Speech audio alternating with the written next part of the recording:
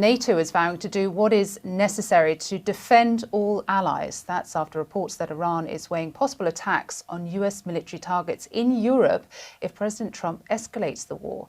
At the same time, efforts to end the nearly 6-month conflict appear to be at an impasse. President Trump says there are no talks underway and nothing scheduled. Iran's top negotiator, meanwhile, accuses the US of squeezing Tehran for concessions that he says were never part of the initial agreement. All of this comes as the fight over the Strait of Hormuz remains the biggest obstacle to ending the war. Iran says the critical waterway will stay closed until the US meets certain conditions. And let me make it clear, until America implements its commitments under the Memorandum of Understanding, including lifting the blockade on the release of frozen assets, lifting the oil sanctions, ending threats and military operations on all fronts, and other conditions that America has agreed to under the understanding, the strait will not be reopened.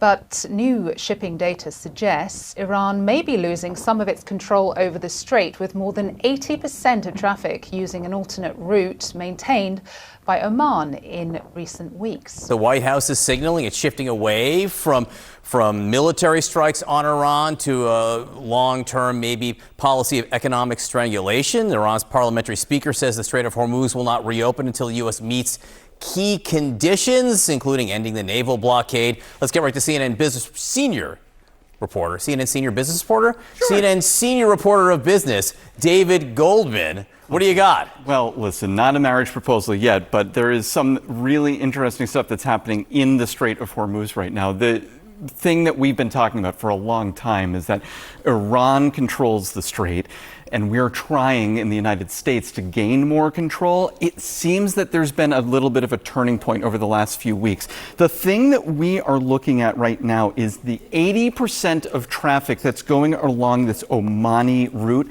or is dark, right? We don't know what it is. We don't know if it's going in or out. We can't see it because they turn their transponders off. This is really important because Iran had been for a long time controlling this route that's right along the Iranian coast. They said that we want a toll or you need to register with us. What we found, though, is that over the last 2 weeks, an increasing amount of traffic is going around the Omani route. And this means that even though Iran says we are going to bombard these ships, which they have dozens of ships with attacks, they're still willing to take the risk on that green route. And the reason is because the United States military is there and they're letting ships shuttle in and out. This is key for a few important reasons. There were 20 million barrels of oil coming out of the Strait of Hormuz before the war started, and around 100 ships. Not totally close to that yet, but depending on who you ask, there are a lot more tankers that are getting out of the Strait of Hormuz. The official number from the data trackers is around 4 million barrels, plus around 7 million that's being rerouted, around 11. The U.S. government says we have eyes on it, and there's actually 9 million barrels per day coming out of the strait. Defies logic, right? But actually, if you look at what's going on with the, that's the 16 million, but if you look at what's going on in the strait, if this route is the one that's protected and ships are actually able to come out through that route, then now we're starting to see a little bit more oil come out. That's really important for leverage. It is worth watching. I will say the oil markets, with the prices still creeping up ever so slightly, they don't seem convinced that it's wide open. Well, here's the thing. So the oil market wants peace. They want peace more than anything that's achievable right now. What we're seeing, though, is that oil might be coming out, but a resolution, that seems farther away. That's an important distinction. Thank you for making it. David Goldman, thank you very much. Sarah? All right, thank you. Minutes ago, we learned the United Arab Emirates said it is suspending all trade with Iran in light of regional escalations. Joining me now, CNN Global Affairs analyst Kim Dozier. This move by the UAE that we're just hearing about the last few minutes fits right into President Trump's changing tactics to what they said was strangle Iran economically instead of bombarding it militarily. Is this strategy going to be effective, you think? It could definitely put enough pressure on Iran that Iran comes back to the negotiating table in some more public manner instead of the backroom sort of conversations that have been happening between various officials and interlocutors to the U.S. But the question is, can President Trump maintain that strategic patience? Because it gets boring just waiting for sanctions to bite.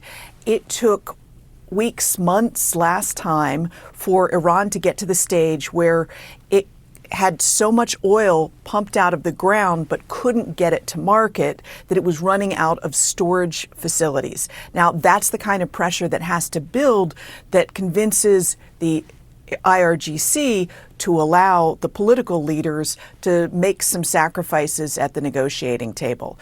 Can President Trump maintain message discipline and withhold some sort of response while this happens? I'm not sure. That is the big question, I think, is how long this strategy will actually last and how difficult it will be to sustain. When you consider what we're seeing in the markets now, it is costing the U.S. and the world economy as well, where we're seeing prices spike up there. I do want to talk about what we heard from David just now, that the Strait of Hormuz seems to be letting out more oil than initially thought. And, you know, Trump is saying, look, it's completely open. There is obviously a lot of pushback against that.